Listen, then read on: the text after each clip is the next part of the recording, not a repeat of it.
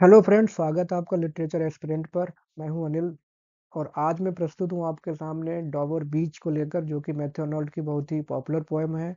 UP PGT exam, बाकी other competitive exam में भी इससे कुछ लाइंस अक्सर पूछी जाती हैं, इसकी थीम पूछी जाती है। तो कॉन्टेक्स्ट की बात करते हैं। पोएम लिखी गई थी 1851 में और पब्लिश की गई 1867 में इन न्यू पोएम्स। डॉबर बीच एक्चुअली ये एक जगह है जो कि इंग्लैंड और फ्रांस दोनों के बीच समुद्र में एक दो उनके शहर हैं, केंट इंग्लैंड का और कैली जो कि फ्रांस का शहर है। उन दोनों के बीच में एक इंग्लिश चैनल के बीच में स्थित है ये डॉबर बीच। वहीं के वहीं रहते हुए इन्होंने अपने हनीमून के दौरान ये वहाँ गए थे और एक रात इन्होंने वहाँ पर अपने रुके थे किसी होटल में उसी बीच के किनारे, जहाँ पर इन्होंने ये सब देखा और कुछ भी थॉट्स उनके मन में आए हों उनको इन्होंने इसमें एज ए पोएम के रूप में कंपोज किया अपने थॉट्स को। थीम की बात करें तो जो विक्टोरियन सोसाइटी में जो ग्रोइंग मटेरियलिज्म था या जो इंडस्ट्रियल डेवलपमेंट था और साइंस, उन सब चीज़ों से इनको थोड़ी प्रॉब्लम थी, क्योंकि उनको लग रहा था लोग भौतिकवादी होते जा रहे हैं, धर्म से विमुख होते जा रहे हैं। तो उन्हीं को व्यक्त करने के लिए उन्होंने यहाँ पर इस पोएम को कंपोज किया। काफ़ी इंटरेस्टिंग और पॉपुलर पोएम रही है इंग्लिश लिटरेचर में। एग्जाम के पॉइंट ऑफ व्यू से भी इसमें कुछ ना कुछ पूछा ही जाता है। आगे बढ़ते हैं, हिंदी में हम इसका सारांश या एक्सप्लेनेशन देखेंगे। तो वो कह रहे हैं, the sea is calm tonight. आज की रात जो समुद्र है उसमें बहुत ज़्यादा शांतिमय माहौल है, क्योंकि कोई तूफानी हवा या ऐसा कुछ नहीं चल रहा है। Sea is calm tonight, the tide is full, the moon lies fair upon the straits. और जो ज्वार भाटा आता है उस हिसाब से लहरें अपने फुल शबाब में है। चांदनी, moon lies fair on upon the straits का सेंस है कि चांदनी जो जल संधि है, स्ट्रेट्स का मतलब जल संधि पर वो चांदनी चमक रही है, बिखरी हुई है एकदम। जो पानी है चमक रहा है। ऑन द फ्रेंच कोस्ट, जो फ्रांस का कोस्ट है, किनारी है, क्योंकि डॉबर बीच अभी जो कि मैंने आपको बताया कॉन्टेक्स्ट में इंग्लैंड और फ्रांस दोनों के बीच में है। तो वहां से फ्रांस की बाउंड्री भी दिखती है। तो कह रहे हैं कि फ्रांस के कोस्ट पर जो लाइट है या जो भी वहां पर एक ह्यूमन मेड कुछ भी चीजें रही होंगी, वहां से लाइट चमकती है। ग्लीम्स एंड इज गोन, चमकती है और ऐसा लगता है कि बुझ गई है। The cliffs of England stand, इसके अलावा जो इंग्लैंड या डॉवर बीच की जो क्लिफ्स हैं, चट्टाने, ये फेमस है अपनी वाइटनेस के लिए। सफेद रंग की चट्टाने हैं जो कि खड़ी हुई है, स्टैंड मतलब मौजूद है वहां पर। ग्लिमरिंग एंड वास्ट, ग्लिमरिंग जो कि चमक रही है, वास्ट और बहुत दूर तक विशाल काय है। Out in the tranquil way, tranquil मतलब एकदम शांत, शांतिमय जो खाड़ी है उसमें ओवरऑल ये जो बता रहे हैं, डिस्क्रिप्शन है, कहने का सेंस ये है कि first stanza is just the description of the natural surrounding he is in. चाहे वो लहरों की बात की जाए, क्लिफ्स की बात की जाए, हर तरफ उनको शांति दिखाई दे रही है। और जो खाड़ी है वहां पर भी लहरें शांत है, चट्टानें सफेद रंग की चमक रही हैं। It's just natural description. फिर वो कह रहे हैं कम टू द विंडो, ये बुला रहे हैं, किसको बुला रहे हैं? अपनी पत्नी का रेफरेंस है, इनकी पत्नी का नाम था लूसी। ये हनीमून पे गए हुए थे तो वहां रुके कुछ दिन पे डॉबर बीच पर। तो कह रहे हैं कि come to the window, sweet is the night, आओ और एंजॉय करो, क्योंकि जो रात है वो बहुत ही मधुर है। Sweet is the night air, हवा, रात, आसपास का वातावरण वो बहुत ही ज्यादा शुद्ध मधुर है। Come and enjoy it. Only from the long line of spray, सिर्फ वहीं पर थोड़ी सी हलचल है जहां पर लहरों की लंबी, स्प्रे का मतलब फुहार या लहरें की लंबी लाइन लगी हुई है या श्रृंखला में वो जो है बह रही हैं। वेयर, जहां the sea meets the moon blanched land, जहां पर जो समुद्र है उसकी लहरें कहाँ पर आ रही हैं?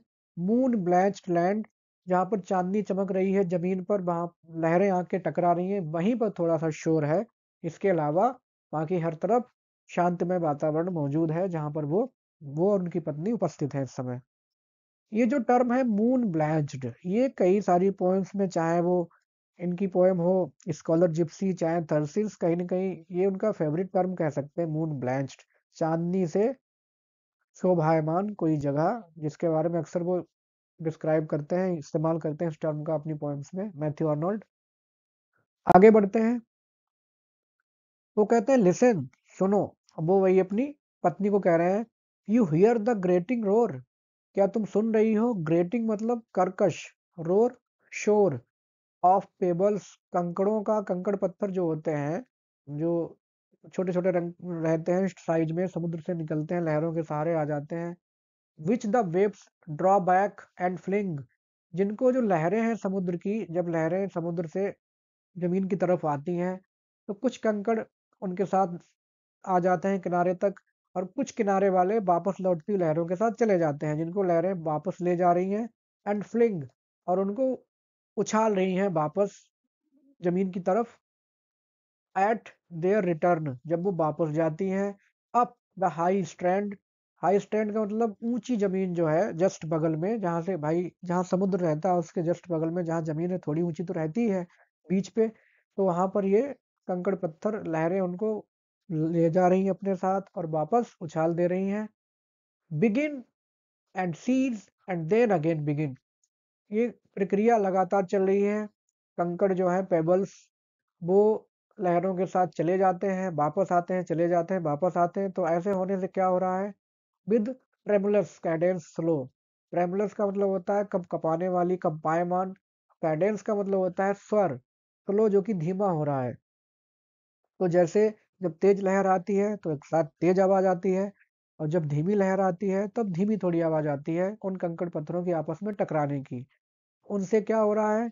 Bring the eternal note of sadness in, वैसे तो कंकड़ पत्थर से कैडेंस स्लो मतलब एक ऐसा कह रहे हैं कि जैसे स्वर या लयबद्ध म्यूजिक या संगीत वहां पे सुनाई दे रहा है उन कंकड़ पत्थरों के टकराने से, लेकिन उनमें है क्या?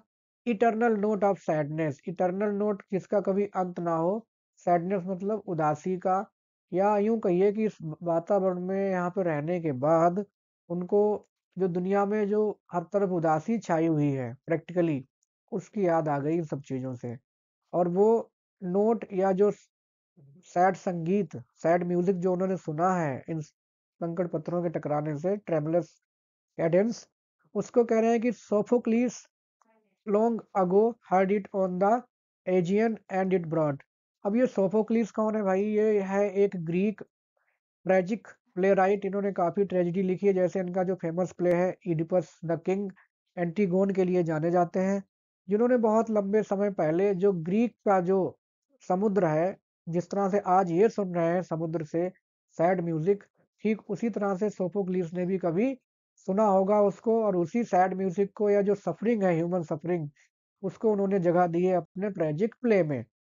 एंटीगोन हो चाहे इडिपस द किंग हो, इन सारे प्लेस में उन्होंने ट्रेजिक कैरेक्टर्स क्रिएट किए थे सोफोक्लिस ने।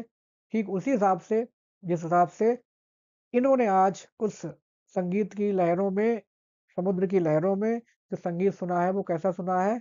सैड। आगे कह रहे हैं ऑफ ह्यूमन मिजरी, मानवीय जो दिक्कत है, परेशानी है, दुख है, उसके बारे में उन्होंने लिखा है। We find also in the sound a thought, और जो आवाज आ रही है, साउंड का सेंस वही कंकड़ों के आपस में टकराने की जो आवाज आ रही है, कह रहे हैं कि हमें भी उसमें फाइंड, हमने भी पाया है ए थॉट, एक विचार। कौन सा विचार? ह्यूमन मिजरी के रिगार्डिंग, मानवीय जो दशा है दुनिया में आजकल समाज की, उसके बारे में जो एक थॉट है इनके मन में वो आ गई। Hearing it by this distant northern sea, और जो साउंड कहाँ से आ रहा है जिसको हम सुन रहे हैं? डिस्टेंट दूर से, नॉर्दर्न सी का मतलब जो अटलांटिक महासागर है वहां से भी कुछ आवाजें आ रही हैं समुद्र की। उस आवाज में हमें सैड, जैसे वर्ड्सवर्थ ने कहा था still sad music of humanity, मानवता का दुखी संगीत इनको सुनाई दिया है, ठीक उसी हिसाब से। अब वो कह रहे हैं कि द सी ऑफ फेथ, अब यहाँ पे भरोसे की तुलना वो कर रहे हैं समुद्र से, क्योंकि एक टाइम ऐसा था विक्टोरियन एज से पहले, जब बहुत ज्यादा इंडस्ट्रियल रिवॉल्यूशन नहीं आया होगा वहाँ, या बहुत ज्यादा साइंस आगे नहीं बढ़ा, लोग धर्म के प्रति अच्छे विचार रखते थे, लोगों में विश्वास था, एक दूसरे के प्रति अच्छी भावनाएं रखते थे, जो कि अब आजकल नहीं बची हैं। तो वही कह रहे हैं कि the sea of faith was once too at the full, कभी जो समुद्री रूप समुद्र है, विश्वास रूपी जो समुद्र है वो पूरी तरह से भरा हुआ था, लोग भरोसे लायक थे, जो कि आजकल नहीं बचे हैं। And round earth shore lay like folds of bright girdle furled. और जो भरोसा था, या समुद्र, भरोसे रूपी जो समुद्र था, वो ऐसा लगता था जैसे अर्थ की किनारियाँ दुनिया से लिपटा हुआ है। कैसे लिपटा हुआ है? जैसे कि एक गर्डल होती है, करधनी या स्टैश पट्टा जो होता है, कभी हम लोग जैसे किसी को सम्मानित करते हैं तो उसको पहनाते हैं, जो कि कंधे से लेकर के कमर तक आता है। अक्रॉस फोल्ड जैसे कि बंद हो, और फोल्ड्स का मतलब जैसे सिलवटें होती हैं, या यूं कहिए कि लहरें इतनी नरम हैं कि उनको आप कपड़े की सिलवट से तुलना कर सकते हैं, विश्वास की। और हर तरफ वो एक शोभायमान थी पृथ्वी पर, वो लहरें करधनी के रूप में भरोसे की। यह भरोसा हर तरफ था। जो करधनी होती है, गर्डल, वो खूबसूरती बढ़ाती है इंसान की, जैसे महिलाएं अक्सर उसको इस्तेमाल करती हैं, ठीक उसी तरह से वो कह रहे हैं कि जो भरोसे की जो करधन थी, जो पृथ्वी पे थी, जिससे दुनिया और ज्यादा खूबसूरत थी, अब उतनी ज्यादा खूबसूरत नहीं बची है। और उसकी सिलवटें इतनी शुद्ध थी कि जैसे आप उनको फोल्ड कर सकते थे एक कपड़े की तरह। But now I only here, लेकिन अब मैं सुन रहा हूँ, it's मेलनकली, it's long withdrawing roar. अब वो चीज गायब होती जा रही है, विदड्रॉ हो रही है, वापस जा रही है, और शोर करते हुए। और वो शोर कैसा है? मेलनकली है एकदम, उसमें दुख मुझे सुनाई दे रहा है, दर्द सुनाई दे रहा है। और there is no faith left in the world, दुनिया में कोई भरोसा नहीं बचा है। टेंडर फीलिंग्स नहीं बची हैं, लोगों की जो फीलिंग्स थी वो प्योर थी, आज वो चीजें गायब हैं। चाहे वो विक्टोरियन सोसाइटी की बात करें, ओवरऑल तमाम दुनिया की बात की जाए। Retreating to the breath of the night wind.